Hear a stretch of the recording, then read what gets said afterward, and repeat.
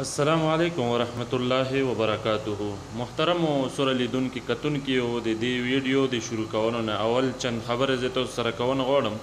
محترمو د صاحب چې کوم په دا ګوډ کې را روان ده د شیخ عزیز الله مظهری صاحب ده چې د دیوبندي علماو یو مستند عالم ده. رسی چې ته د سلسله عالیه سیفی مبارک یو بهترین مرکز او یو بهترین مدرسه الجامعه دارالاحناف په کابل کې نو اوره تشریف راوړي د شیخ مناظر اسلام شیخ عبدالحق حنفی سے محترم لرا چې یو زبردست عالم دین د سلسله سیفیه.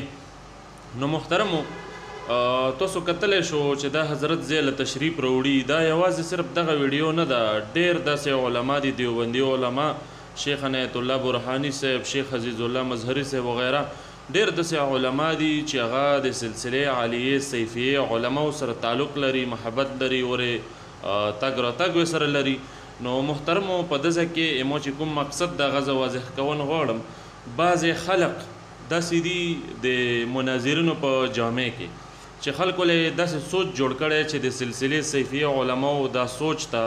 د دې سلسله خلفاو دا سوچ و فکر ده چې دیوبندي علما کافر دي او نو دې په سبب باندې خلکو په ذهنونو کې یو نفرت جوړ کړی دی د سلسله سیفیه مشایخو څخه. نو هغو دپاره د ویډیو مو جوړه کړه، مقصد مې صرف دا و چې ګوره د سلسله سیفیه چې کوم نظر ده چې د هر چا عقیده د اهل سنت والجماعت په معیار برابر وي، که هغه دیوبندی وي که بریلی وي، د مو ورور ده.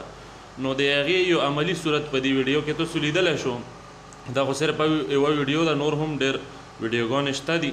او بغیر د ویډیوګانو هم خلکو له پته ده چې ډېر علما تعلق لري دیوبندي علما او تګ راتګ لري سلسله سیفیه د علماو سره. نو مقصد دا چې چا هم عقیده سمه وي ایمو طرف نه وي ته بالکل د مو سوچ فکر کې ایمو نظریه کې وي ته زه بالکل شته ده. نو دا خبره بالکل غلطه ده چې څوک یې چې سیفیانو دا عقیده ده چې دیوبندیان کافر دي، هېڅکله هم داسې نه ده، بلکې دا یوه پروپیګنډا ده چې مخالفینو کړې ده. نو محترمو په دې کې د شیخ عزیز الله مظهری صاحب چې د دیوبند یو لوی عالم ده، هغه د شیخ عبدالحق صاحب چې د سلسله عالیه سیفیه یو لوی عالم ده، د هغه ځای له روسي او باقاعده استقبال کیږي. که چیرې د مو دا عقیده وی چې دیوبندیان کافر دي نو بیا به هېڅکله هم مو د دوی استقبال نه کولی مو، بلکې دوی استقبال د کفر په فتوا سره کړی وی. نو محترمو د مو د مشایخو علماو د سلسله سیفیه چې څومره هم دي دا سوچ لري، دا فکر لري چې د چا هم عقیده د اهل سنت والجماعت په معیار برابر وي، که په ځان هر یو نوما کېدي، که ځان لا